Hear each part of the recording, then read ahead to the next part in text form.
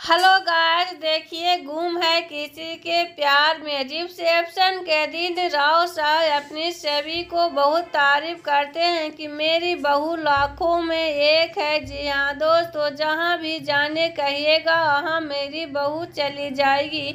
जो काम करने बोलिएगा वो काम मेरी बहू करेगी। जी हाँ दोस्तों, इसी समय आ जाती है रीवा की माँ और बोलने लगती है, राव साहब आपने तो बहुत अच्छी तारीफ की है अपनी बहू को, लेकिन मैं अपने आँखों से देखे हैं कि आपके बहू एक मेड बनकर एक कैफे में काम करती है। ये बात सुनकर राव साहब और ईशान के हवास गुम हो जाता है। ईशान गुस्से में लाल हो जाता है और राव साहब रीवा की माँ से कहने लगती है कि मेरी बहू कभी कहीं भी काम नहीं करती है। जी हाँ दोस्तों, लेकिन रीवा की माँ भी हार नहीं मानती और सभी से पूछने लगती, सभी तुम ही बताओ कि काम करती है या नहीं। तभी सभी बोल देती है, वेलकम है आपको कि आप इस बात के यहीं पर खुलासा कर दिए।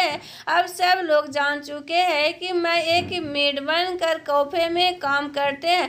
ये बात सुनकर राव साहब बहुत ज़्यादा ही गुस्सा हो जाने वाले हैं ईशान पर कि एक पत्नी भी तुमसे नहीं संभल रही है। जी हाँ दोस्तों, यहाँ ईशान बोलता है सभी के रीवा को कि सभी के तुम तैयार कर दो। रीवा बोलती है मैं ईशान तैयार कर देती हूँ, सभी के कुछ प्रॉब्लम ना हो तो।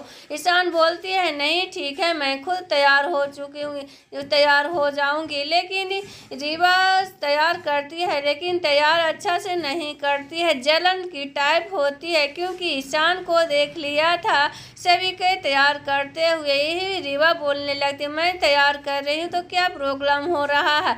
ईशान तैयार कर रहा था, तुम तो अच्छे से तैयार हो रही थी, तुम्हारी वजह से आकाश साहब दुखी हो गए और रिसेप्शन में नहीं आना चाहते।